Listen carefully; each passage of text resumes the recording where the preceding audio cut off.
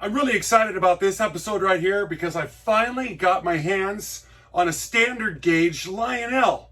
Standard Gauge from 1925. Holy, pre-war. This is officially the oldest locomotive I've worked on the channel for this entire time. I wish it was mine, but it belongs to local Dave. He scared it up here locally from a feller out of the Bozeman area. We are going to clean it up, fix it up, get it running on this episode of Classic Model Trains. I'm Ron. Hang out and check this out.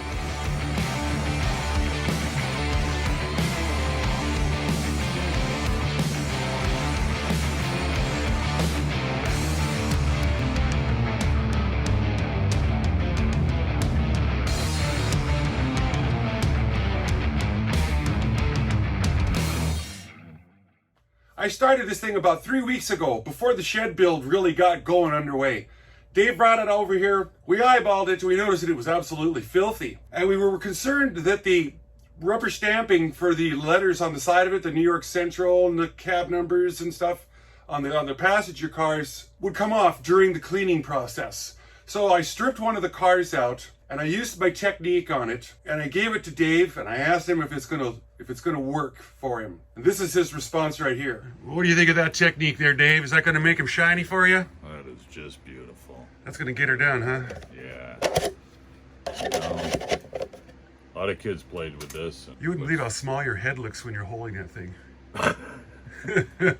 Usually Looks like an ostrich with two hands holding a big old car. That ink didn't come off or nothing. Those ink stamps, we're gonna do that technique to the rest of them and we'll put right up into shape. Well that done. thing is just shining on the light over here. Holy moly. So with the go ahead, my technique's gonna work. We're gonna go down the road. I'm gonna show you guys what I did to get this thing cleaned up, to get it running, shining. Oh, great set. Let's get into it.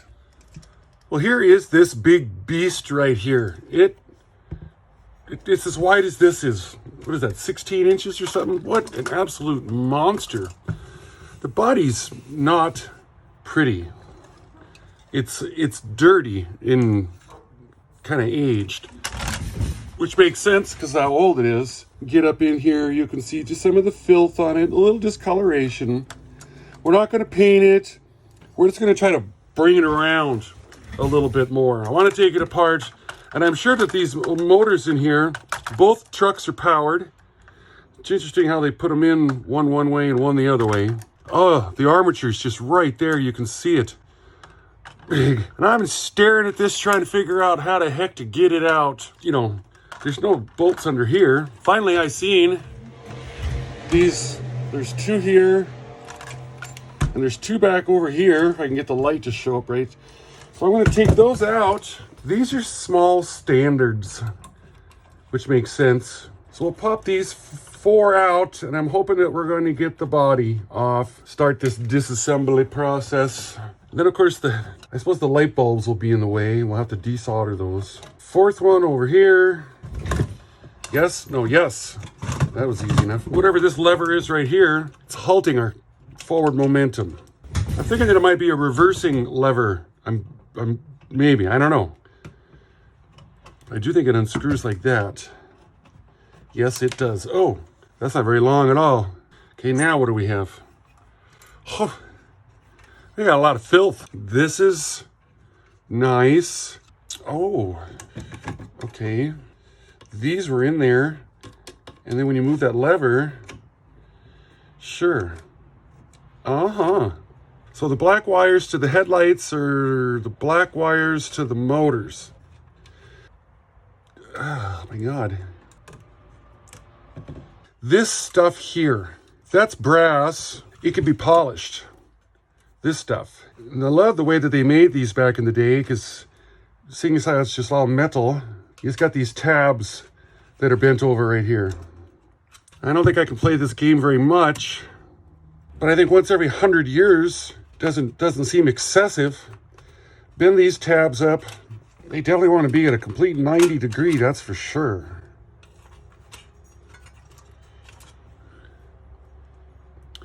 Yeah, we can wash that and wax it and maybe put some Brasso on it, and we'll really be able to bring that back around. All of these details can be removed. They've just got little pieces of metal here. These guys here are just kind of twisted some. Straighten that up. Sure. Yeah, we can disassemble this whole thing and really bring it around. So I'm going to do that. We'll probably end up, well, these wires here, they're not bad. Sometimes this insulation is bad. This is cloth wrapped. So they seem to be in good shape. These lights, looks like they soldered them into the body. They twisted that and then soldered it. So we can't take those off. No. Decorative bell. So I'm going to unscrew all the stuff I can, strip this body down so we can clean it. Stripping down process is working out quite well. These things here, all of them have been coming off. You just got these two fingers right here, and they lay them flat. So you get in there and you just pry them up. Always the bending of the metals. Straighten them.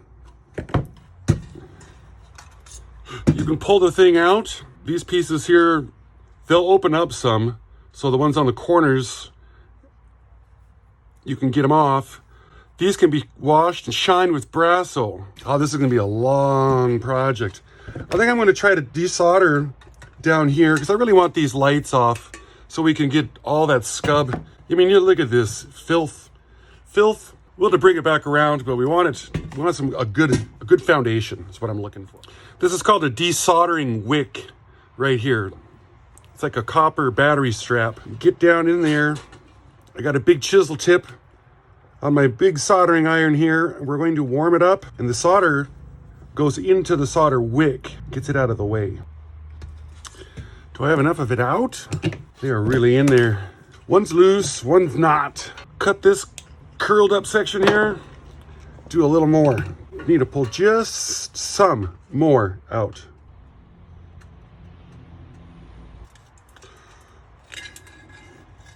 Red light, green light. Ah, nice. Wonder if it's missing a lens.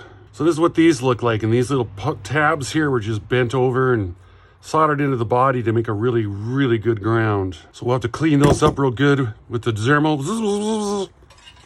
When we go to solder it back in, we'll knock the other one out. We'll be ready to wash this, start washing the body. Little Dawn dish soap and a used toothbrush here. We're gonna whip this thing into shape. Completely stripped out body. That should be enough. And it's just gonna be scrub it. Try to get all this ick out of there. It didn't even look this dirty until I started taking it apart. Holy moly.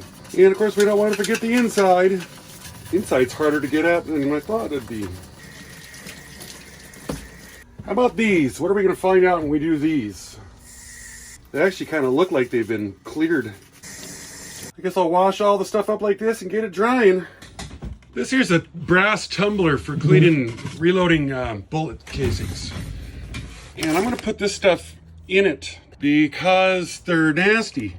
And I tried using this on it, but they're sprayed with a clear to keep them from corroding again. So in order to clean these and make them look nice, we're gonna have to break the clear off. I tried Brassoing this, and you can see that I got some of the clear off with the Brasso. So we got a real dilemma here. I went out and I bought me some brand new media for it. I wasn't sure what was in it before, but they tell me the walnut shells are good stuff for the media. So I'm gonna load all this little tiny stuff up in it, put some walnut shells in it, take it outside, plug it in, let it buck for a long time, 6 to 8 hours maybe. Here's a detail on those other screens, how they're just horrible.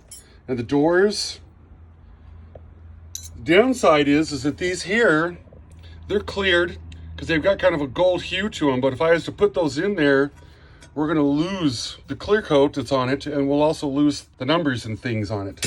Dang it. So I'll have to hand wash those gently, go from there. Sure. A lot of times when you wash these shells, they will come out just completely dull like this now. No shine whatsoever. Let's just see what we can do. And of course I'll have to go over the whole thing, waxing it, and then you let it dry, then you buff it off with the clean shaft cloth. And I'm hoping it's gonna bring it right back around. So now after just some simple turtle wax, we really kind of got something now. Looks like somebody put some tape up here on the roof. I'm gonna work on that. That looks super, super nice. Now the little lady's been using this stuff here she gets over there at the Walmart on her car, called ceramic. I guess it's better or different than the car wax that's out there now. Is this thing even turned on? Yeah. How do I use this? You spray it on and you wipe it off. Seems easy enough. I think I sprayed it on enough. Holy moly. Take a microfiber and buff it dry. I don't know, does it look shiny? Oh God. Yeah, it does look shinier. Holy moly. It's dry. I mean, it's not like it's wet. Oh, jeez. Yeah, that's pretty fantastic stuff there. Wow. Hopefully this will keep it looking shinier longer. Wow, that stuff really, really made it pop. For over 100-year-old paint. Of course, it's lead-based, I'm sure, so it's made to last. Oh, my. Now we're pretty much waiting for that tumbler to catch up here. So I went ahead and I drew me a schematic of what's going on right here with the colors. There is 2 reds. So I took a Sharpie and I just drew some black on one of them. So that way I knew red with black is over here, red with black is over here. So we don't blow it. And I probably only want to take one off at a time. So I'd have a roadmap in case something goes wrong. I can look at the other one. Plus I've also got this video footage. What do we got here? Okay, they're soldered. That's in their candy cane hooks. Put on backwards. It's supposed to go a certain direction. So the screw pulls it in. The bottom is spinning as well. Now that ain't gonna hold it tight enough. How about this one? Oh, there it is. Yeah, that's what I was looking for. Oh, I'm gonna have to pull them both off because I need to wash this chassis. Plus we gotta get out the big boy screwdriver. Working on this big stuff. There it is. I believe that's going to come right out of there.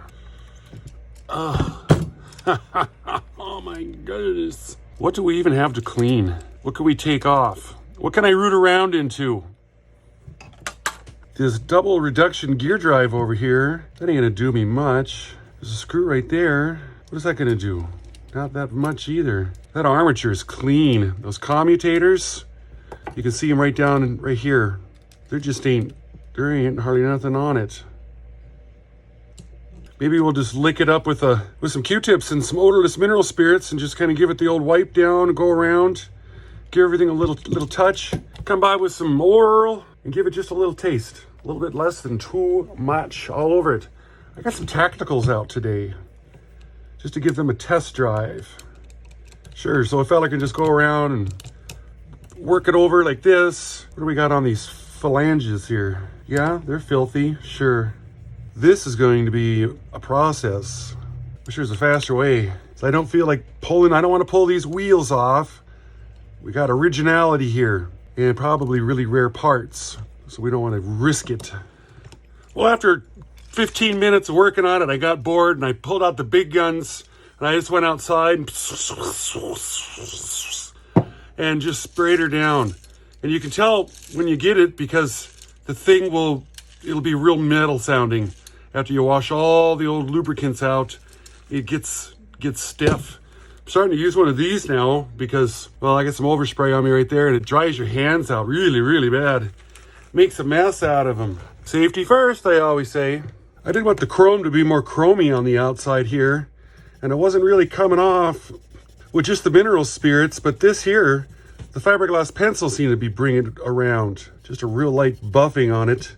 Whatever was on there was on long enough to really score it, create some havoc. Is there enough left in there to give me some? It does seem to be kind of petroleum based. It's like the pencil breaks it up and then you can wipe it off with the brake parts cleaner. This side over here looks really good because they didn't put any oil on these side of the wheels. This here's my Super Lube.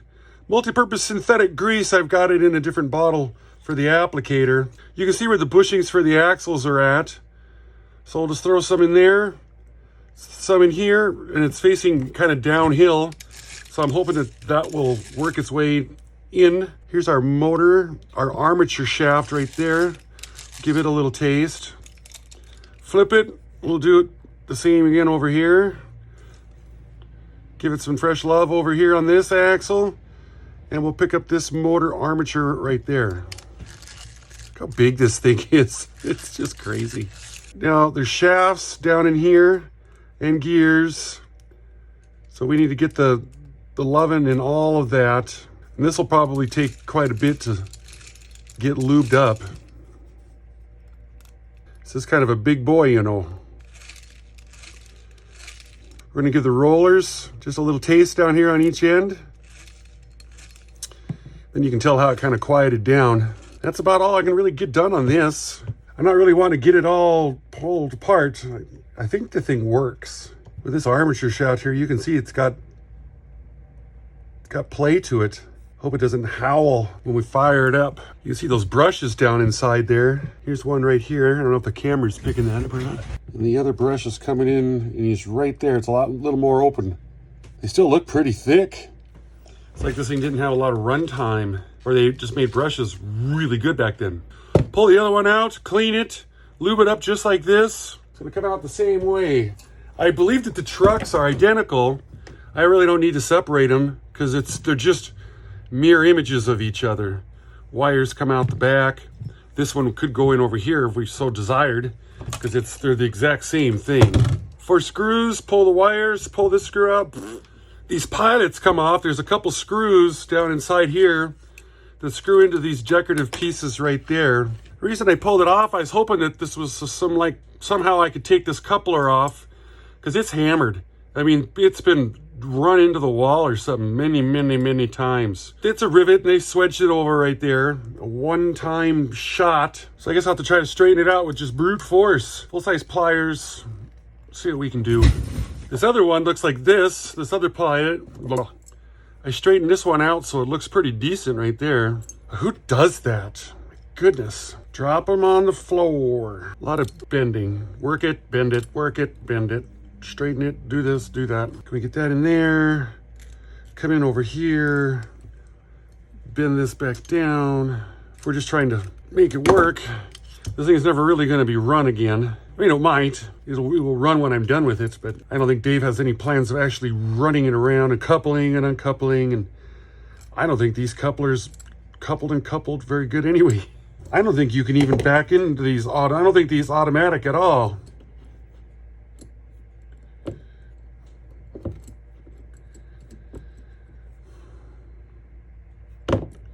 Just wow. I got those couplers all straightened out now, and they're soaking in some evapor rust. We'll give them about an hour in there, and that'll really bring those things around. We're about halfway through the video right now. I kind of wanted to tell you the story of how much Dave got this thing for, because you always hear standard gauge stuff is like unbelievably expensive. When he was over here about a month ago, I asked him the question. We'll let him answer it in his own way. So tell me the story how you acquired this set, or actually stole it from some guy almost. Yeah, no kidding. There was a guy on Facebook Marketplace. I contacted him and I said, hey, is this for real? Because the price was just unbelievable. He met me on the side of the road and we exchanged cash for trains. And he said it had been in his family since 1925. Great-grandfather, I think, bought it and brought it home, and it had been under the Christmas tree. And nobody had any more interest in it, and he just wanted it to go to a collector. And I said, well, I'll put it under my Christmas tree. But first, I got to get it cleaned up. Well, I know somebody that does that, so here it is. When it comes to sweetheart deals, though, it doesn't get any better than this. I feel like I should have wore a mask, but I got it all for $150. That's the bridge, the transformer, the track, the train, everything. He said it was 100 years old. I have no reason to doubt him, and well, we'll find out for sure from the commenters. Oh, sure. And I am extremely grateful to get this set from him. I know he almost seemed a little remorse in letting it go, but I promised him we'd do a video on it, and at Christmas time when it's around the tree, I'll send him another video clip of what it looks like under the tree at our house. So. Unbelievable. $150. That's like what one car goes for. One passenger car. Well, maybe two, but still. Holy moly. Yeah, that's a great deal. Now that we got the video stopped, now is an excellent time to do Classic Model Train's Classic Model of the Week. Do you guys know who this is? If you do, type in the comments down below. If you don't, hang out with me and I'll let you know who it is at the end. Let's get back to working on this thing. Chassis all shiny. Boy, some of these wires are long and some are a little on the short side here. A on A, B on B. These are simple. The way these go in, I love it. One big boy screw there and one big boy screw over here. Yes. This little lever.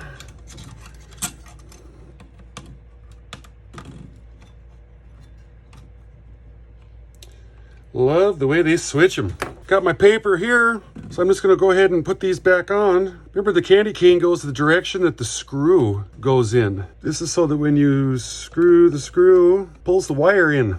Hope these little fiber discs are in good shape. They seem a little poor. They're warped. They're not gonna send up juice very good. Red wire goes there. Clear wire is gonna go down over here. And then this custom wire I made, the red one with the black, goes over here. I'll do that again on the other ones, and then we're ready to give it a test. See if it's doing anything. Got the transformer over here. Wish I had more to do with the fact that this thing is running than I do. It's more back. Yeah, okay. So that's that then.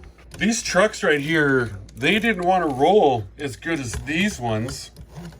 And I was fiddle farting with them and I'm thinking, what's going on? Then I got to checking for the end play where you can lift this up and down like this. And it had been dropped and the wheels were squeezed in. So it was creating a lot of friction there.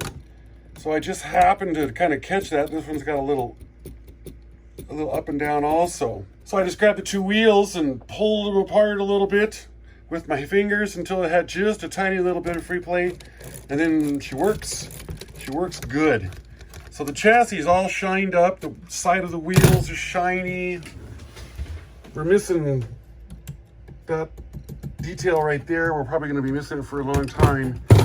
Now I got to just wait for the body parts to be cleaned up. This is shiny, and I shinied and did these. Oh, look at that! But like I'm talking the other ones that are in the vibratory. We're waiting on those. Here's one of the passenger cars, and you can see it's got the filth all over it too. And then these details that are in here, you see up here, it's falling out. What it is, it's a strip like this that's just stuck up there in the roof area. So I took one of the cars completely apart because I had to see what's in it. You just pop these two little screws out right here up on the roof. And then you can get in them, and you see these strips here, they're flopping in the wind. And then you see the details, how it's got the trim, the colors around the windows. It's really quite interesting.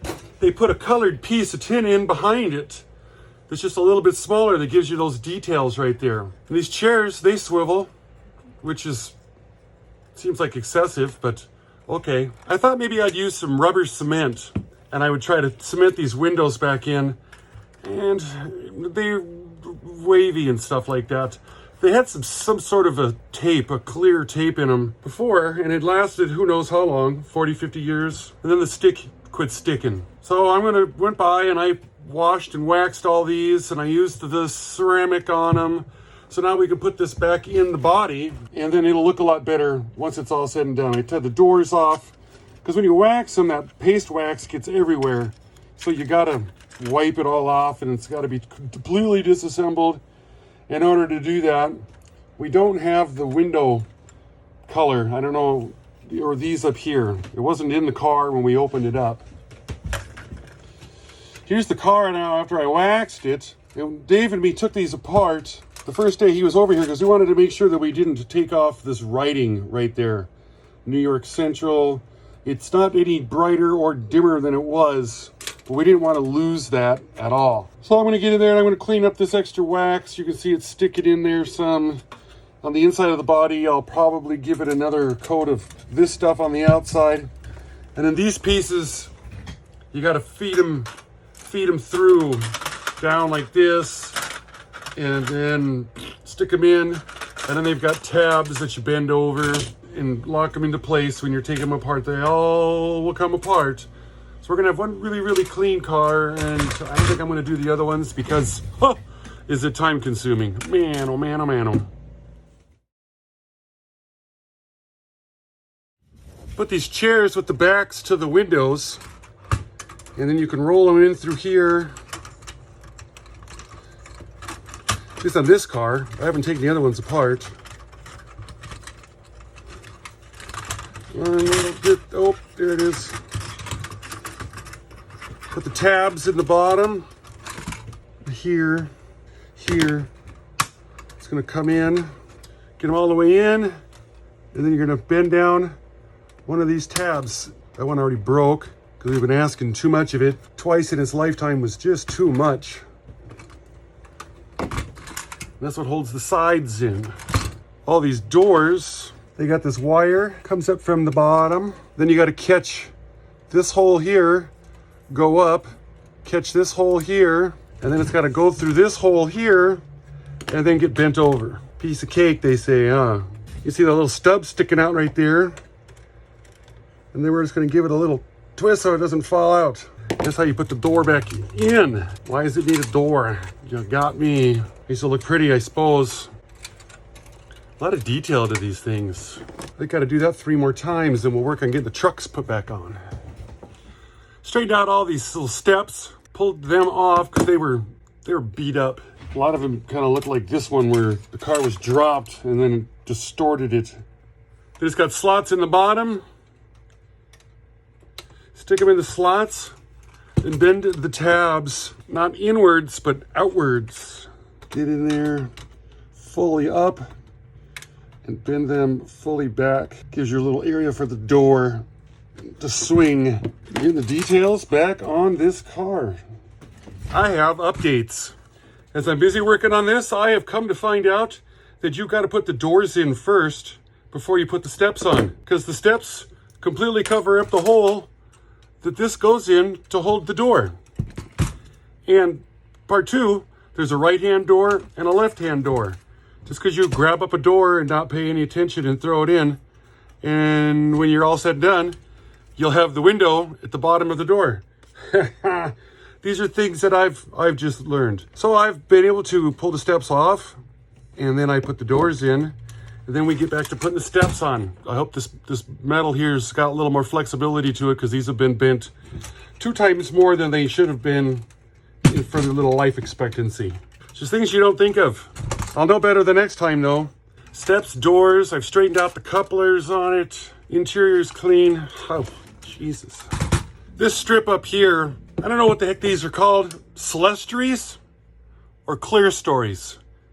I guess it kind of depends on where part of the country you're from or something. Well, they've got like little pins that stick through here, and you just jam that colored tape on it, and that's supposed to hold it, and it doesn't. And I couldn't get the rubber cement. I don't think it's doing what I wanted it to do. So I took some hot glue, and in between every one of these little spaces right here, I put the tape in, the colored stuff. You see it laying there.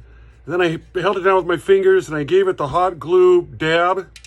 And then I held it down with this to keep it, because it wanted to keep rolling up, wrinkling and stuff. That's why this car was chosen to be taken apart and worked on first, because these had just fallen completely out. This looks a lot better.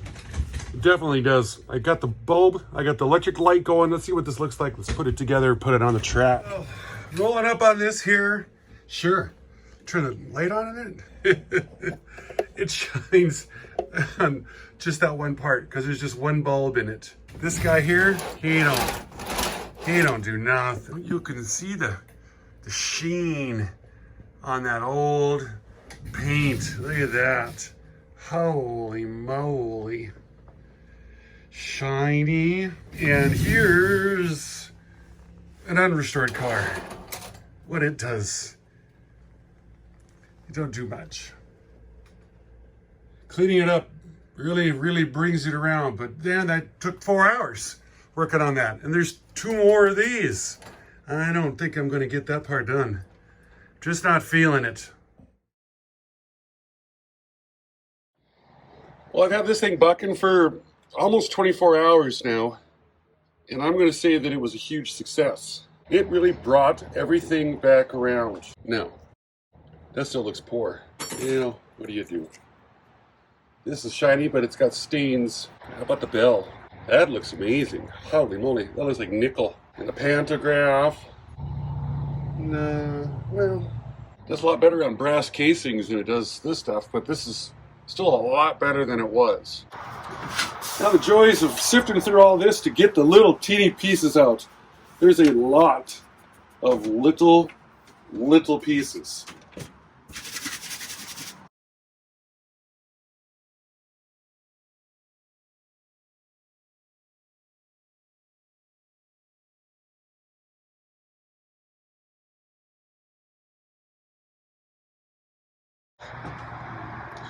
Sure, yeah. I'm not that happy with these. This is the exterior sides of them. And these here, you flip them over one way or another and neither side looks really good. I think I'm gonna Brasso and then a polishing pad on the Dremel and see if we can make those better than that, because no. Back when I was in Uncle's outfit, boy, we spent a lot of time polishing our brass on our Class A's. So I'm just going to put this on, paste on, and then I know it's got to set up, then buff it, and keep doing it until I'm happy with my result. So this will be a long process, but I think it's going to be worth it, for sure. Did I already say that? I think I might have. There must be a shellac, a clear that's been painted on this thing. So I got these little fellers out right here. Somebody sent them in and they've got different grits to it. So I'm currently using a 220, which might be excessive, but in order to get this shellac off, you kind of gotta get her in like this. So then we'll have to use finer and finer grains. Maybe I'll use a buffing wheel on the compound, I don't know. Doesn't seem to be taking it off though.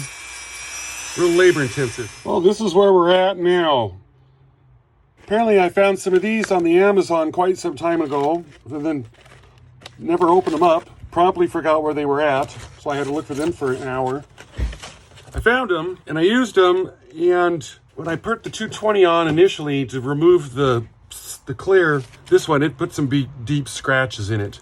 So I spent the last hour trying to get the scratches out. They're still sort of there, but we don't want a mirror finish. Now my question is, this plate here has got a clear on it, and it's got these, if I strip this, we're gonna lose the numbers, and you can see how they don't match.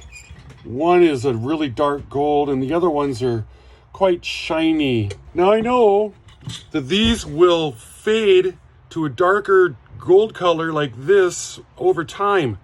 They're not gonna turn green or nothing like that. They're not gonna be out in the elements. I think I'm gonna leave them I'm not going to clear it on them because it'll lock this color in. I think. I'm not a metallurgist here. We're going to definitely have some difference in the stuff. This looks better than it did, but it'll look better as time goes by. Is what I'm holding out for. I'm going to put all my eggs in that basket and see how it works. So we're going to start putting all this detail stuff back on the shell here. This is what she looks like, all shined up, but no pretties on it. So we're gonna make it prettier. Put these headlights back in should be pretty straightforward. Get down in there with some heat, throw some solder on it, and let it do its job. Yeah, that one went in real nice. That's what I was looking for. Big, bulky things. A couple of these little fellers on already. Yeah. I got quite the system going down now to put these railings back on. First, I kind of just give them a little touch up with some cheap Scotch-Brite pads, some aftermarket junk I found that ain't hardly worth anything, but it just kind of evens them out some. These guys here, I spread them open to get them off so they don't have any vibratory shaker media inside of them. The ones that stayed closed, kind of like this one, you got to dig all that stuff out. It's kind of a hassle. Put them on there, squeeze them shut again, because we need to get these guys right here. They got to go back through the holes. One there, this one here, kind of deformed. I can see it. I can just tell by looking at it. And then these are extra tricky because you got to get it in the hole up over here, and then you got to get it in there, and you got to come over here and get this one in. Running out of room to show it here. And then the escutcheon, and they all kind of got to go in at once, because if you're not paying attention, then you'll squeeze one over, and then it's like, dang it, that ain't gonna work. Then on the back side here, I found, grab up a pair of needle nose, and you pull these fingers in nice and deep. maybe help them go off to the side, because they're going to eventually be bent over like this. And you want to get sure that it's tight in the hole. So there's that one. This one down here at the bottom, same plan. Pull it up, maybe give it a little push off to the side. Make sure those are tight. The whole time I'm pushing down on the hand railing thing, the stanchion, I don't know, something. Bend the fingers over, and then it kind of starts coming together bit by shiny bit. So here's this little sweetheart all put back together again. All the shinies on it. The bells came out looking nice. I wish it was really not in that bad a shape when we started. I don't know if it's going to show up. It's like, oh yeah, that's quite the change. It looks kind of the same to me. Maybe Dave will know. Get that body on there. We're getting ready to test her out on the old track. The light bulbs in these things, I don't know what they are. It says 18 volt on it right there, and they're bulbous. They're big and round. I don't have anything like that. This one was jammed in the other end of it. It says it's a 52. That's too small. The biggest, roundest screw base bulbs I got are these, a 432. So I'll throw these ones in it. They're not right. It's better than nothing. And it's closer than it should than these. It's weird when I'm editing this. I've been editing some of this stuff, waiting for things to do stuff. And I never have to zoom the camera in, or very rarely, because it's so big. I need all the room I can get. There we go. All buttoned up. Let's get her out on the track. I'm getting ready to run this thing, so I decided to give local Dave a call so he could see it run for the first time also. We've both wanted to get a standard gauge, and he just snuck around me when I wasn't looking and stole it. Whoops. All's fair, except for love and train collecting, huh? Yeah, something like that. What are these bridges over here called? The numbers again. So that's a 102 bridge when it has two of these. If it only has one, then it's referred to as the 101 bridge. But you have two of them in there, and now it's a 101 and 102 bridge, or 102. Fantastic. And it came with the track, the bridges. It came with this, just a Z. I guess they didn't even have the W out by that time. ZW didn't come out until 1946. What year's this one? This was the top of the line until 1946 ZWs came out. Well, I plugged it in and the light came on, and that's all I know for sure. And we don't know what direction the locomotive is set in. I'm going to push it this way, and I'm going to think that it will go that way. Oh, that's right. Dave, he wanted to put that into consist and everything. We've got it set up where it's like 10 feet long, 4 by 10. We got one more piece of track. We can slip it in right over here, so it'd make a 5 by 10 oval, which is really pretty respectable. Want to twist the wick gently and see what happens? Lights are coming on. Starting to grunt. I'm here to catch it.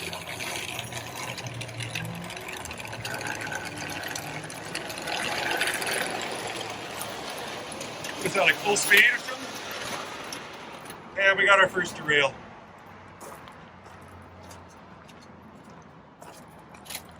All right. Well, yeah, she. Hey, what's all the onion, huh? Well, you know, as soon as she came down the bridge, she picked up a whole bunch of speed. Oh, strange how that happens.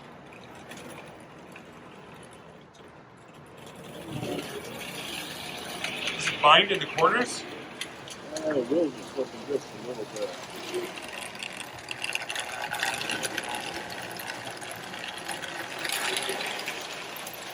I think we should put some mattresses down somewhere. I did put all brand new bulbs in all the passenger cars. You can see that this one's flickering.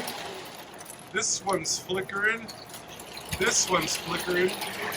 But the more it runs, the less it's going to flicker.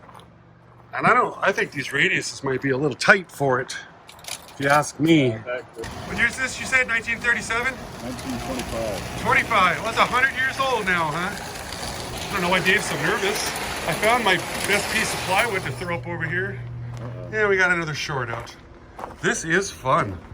This is like a 5-degree incline right here, because this is only, what, 12 inches, 14 inches? And that's up at least 1.5 inches. I can do the math, but that's super high, and look what it's doing here. It's making them dangle, and that's why we're getting these derails. We're gonna pull this, what is a beautiful looking bridge, but it needs gentler slopage. Give her a shim right there. Maybe this will solve our little problem some. Another one right up in there.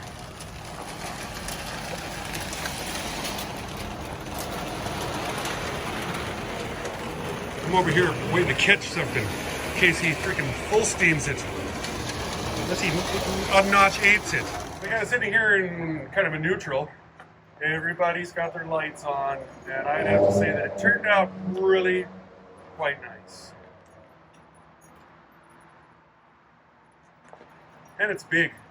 I don't have that kind of space at my place, even with this new shed. Thank goodness Dave's got a better job than me, so he's got a bigger house. Very rarely does anybody have the space to really allow these to stretch their legs, but you know, I'll make it work. We didn't run that thing too much more. It was sketchy at the best. I actually did manage to roll it coming around the corners, but it fell to the inside. We didn't film it, and it's just like, nope, we're not gonna fart with this anymore. We need a much larger plywood layout, something, put it on the floor somewhere, because we don't want to hit in the ground and getting dented up.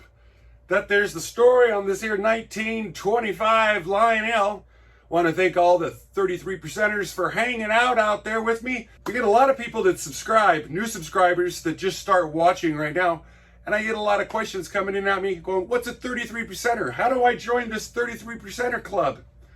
What it is it's a person that watches the video from the very beginning to the very, very end. It's the analytics that we get from the YouTube that shows us that the majority of the people out there, 100% of the people start to watch it, you lose 33% within the first 30 seconds. And then you've got atrophy throughout the whole length of the video, no matter how long it is. But by the time you get to the end of the video, there's usually 33% of the people left that started watching it at the very, very beginning. That's the club. That's as simple as it is right there. These are people that watch 100% of my videos, 100% of the time. Well, I call it the 33% club. Yeah, it doesn't make any sense. I know. If you ever want to reach out to me, don't do it through eBay messaging, because I can't talk to you on that. No, don't do that. People reach out to me on that. Classic Model Trains at AOL.com. Classic Model Trains at AOL.com. That's how you can get a hold of me. You can also find mailing addresses and Facebook addresses and email addresses in the description section of the videos. Go to a computer, you can see it in the description, or if most people watch it on their TV, you got to scroll up into the over here and click onto the channel and scroll. They've made it impossible to try to find the description section, but it is doable. If you've not subscribed, consider subscribing, consider giving it a thumb up. You know the deal, helps the algorithm. Pass this on down the line. Last week I was busy watching reruns of Smokey and the Bandit, and I decided I'd use Sally Field as this week's classic model of the week. Thanks to all the channel members out there. Be back here next week with another video. Thanks for sticking along. I'm Ron with Classic Model Trains. Bye-bye.